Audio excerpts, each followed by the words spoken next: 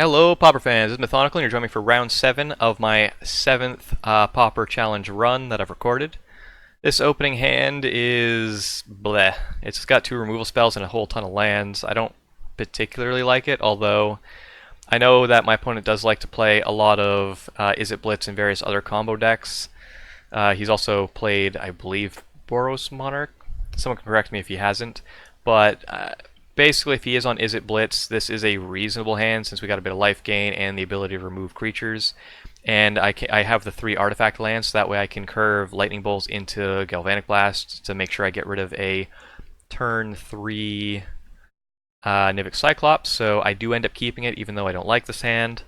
And I do need to play the artifact lands one after another just to make sure I get up to the Galvanic Blast on time. Sure enough, there's a Kiln Fiend. I'm going to go ahead and remove that immediately.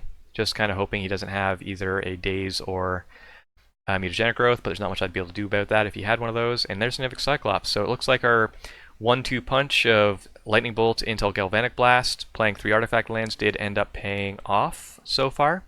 Of course, we've got no more removal to follow this up with, but we do have a Seeker of the Way. Maybe this will get something done for us. Basically just hoping not to see anything here. Augur of Bolus does imply nothing. That is very good for us.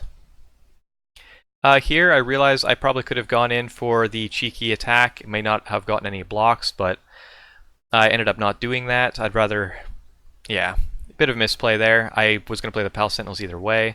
Technically, I think actually, looking back at it, my thought process was I want to leave up 2 blockers just in case there's a Lightning Bolt or some way of removing the Palace Sentinels. Of course, he's got an Artful Dodge and was able to steal away the Monarch anyway. A little unfortunate. On our turn, we over the past 2 draw steps, we've drawn additional land. Actually, I think we had that in the opening hand. Just additional Seeker of the Way and a Searing Blaze. Searing Blaze is great here because it means we can try and deal with the Kiln Fiend. So we're just going to go ahead and play our land drop and try and cast that now. Playing around Daze by basically playing the Seeker of the Way second. Thankfully, he had no perfection effects, because if he did, there wasn't really much we could do about that. And we're going to be able to get in for 5 damage, gain some life, and get the Monarch back. So, all in all, a pretty good turn. And since we have an Alchemist Vial here, things are looking really good. This means that we can swing in for a very large lifelink turn next turn, and that may be pretty good. No removal here makes me a little worried, because he does have a Nivix Cyclops down, and he's going to be able to get in some massive swing if he's got the cards for it, but there's not really much more I can do about that. So what I'm going to do is cast the Vial, as you saw. I'm going to Glinthawk it back, replay the Vial, get both my Secret Ways up to 4/4 life-linking monsters. And I'm just kind of hoping that by gaining that much life and then having a Pal Sentinel and Glinthawk back to block, that it will be enough to keep us alive. That's the best I can do. It also means that we're presenting lethal next turn, basically with any kind of pump effect, which we obviously have 2 of in hand right now. So no matter what he does, if he attacks with his Nivix Cyclops, I'm throwing the Pal Sentinel and the Glinthawk in front of it. Don't really have much other option outside of that. I do try and use the Alchemist Vial to protect against him attacking. He does have the Apostle's Blessing to prevent that, but I'd rather him use it on protecting the Vial, because it means it's less likely that he's going to have Apostle's Blessing to go pro-white to stop the block. So I'm able to get the block in, and he's going to go for the Team of Battle Rage and just try and throw as much damage at us as possible, and we barely live with 2 life. The Seeker of the Way is coming through big, and now we're able to play the Alchemist Vial to grow our creatures a bit bigger, and our opponent is at 1 because he did have to just cash in like Mutagenic Growth. He had to go for it there wasn't much more he could do, and you saw the power of what the Seeker of the Way can do. It gained us a ton of life, and it was barely enough to keep us alive. Whew, that was a close one. Alright, jumping to game 2. As long as he doesn't have a nut draw like our round 1 opponent does, this is usually a pretty good matchup post board. Not necessarily favored, I'd say about 50-50, maybe slightly in favor of us, depending on the draws. So anyway, I take out the Palace Sentinels. Even though the Seeker Away was pretty good, I do take one of those out because, well, it can be pretty slow trying to get the attacks in. I take out 1 Prophetic Prism and 1 Ancient Den. I also take out a Glinthawk since I'm going a little bit lighter on the artifacts in general. I bring in, since now I'm a bit more worried about getting hit by the Flaring Pain, I only bring in 1 of the Prismatic Strands and the Circle Protection Red. Don't want to get overloaded on those protection effects in case they do have the Flaring Pain. I'm also bringing the Coalition Honor Guards because those are absolutely amazing, and the 2 of the Pyroblasts. I believe that is all I did. Yes, it is. And I hope that's good enough. Opening hand has a journey. That's basically good enough to keep. Turn 1 Thraben Inspector, and if he doesn't do anything, we're going to be able to redraw. Forgotten Cave, we're going to be able to cycle at some point. And then the journey. So, yeah, it's a little sketch if we keep drawing lands, but it has reasonable chances of getting somewhere. Searing Blaze means we have another removal spell. That is fantastic. And we're basically just hoping that he doesn't, like, turn 1, kill our Ancient Den to put us behind on lands, but even then, that wouldn't be the worst. We've got plenty of lands to get back after that. Just going to play an untapped land because we do want to crack the clue to continue to draw additional cards. And the Galvanic Blast is a very good pickup.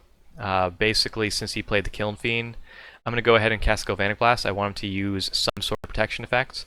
I'd imagine that he would use a Mutagenic Growth here if he had it, because then he could keep up the mana to use Apostle's Blessing on the journey. So since I'm assuming he doesn't have the Mutagenic Growth, I'm just going to go ahead and cast the Searing Blaze, and it does stick. He goes ahead and starts drawing additional cards, probably digging for another Kiln Fiend of some sort. He ends up having a Gorilla Shaman to blow up the white land, whatever, that's fine. I'm just going to go ahead and crack the clue here, because I don't want him getting the free value of killing the clue, and I'd like the additional card. And yeah, I'm not too worried about the Gorilla Shaman here. This is why I'm starting to board out an artifact land if I do board out any land at all, especially if they're playing red.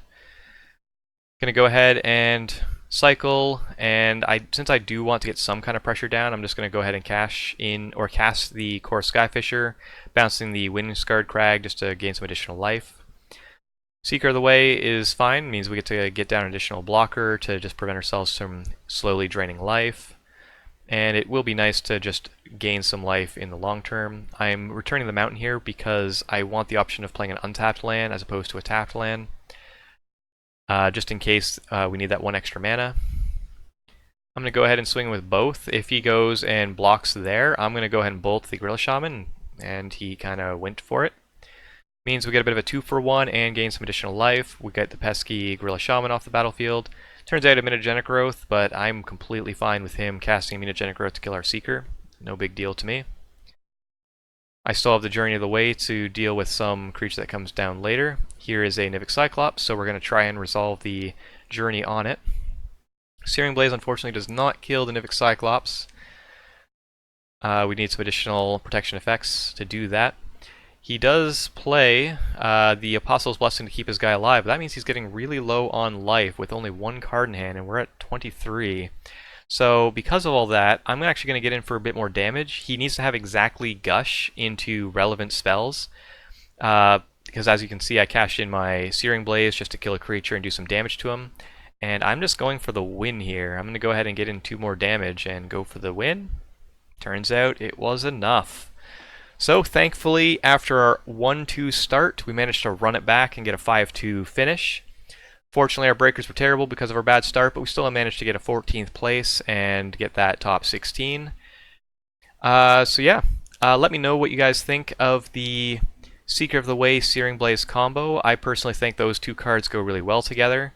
Generally, if you're playing Seeker of the Way, you want to be getting attacks in, which means you want to be removing blockers, and if you're removing blockers, you might as well cast Searing Blaze to do some damage to the face. That was my theory anyway, and it did work out reasonably well. I do think this list requires a bit more fine-tuning, so please let me know, comments below, also over on the Reddit where I post. We have discussions there all the time. So if you have some card suggestions or some possible changes to how the deck can be made, let me know. And thank you everybody for watching. Like, comment, subscribe, that kind of thing. It lets me know that you guys want to see more of this kind of content.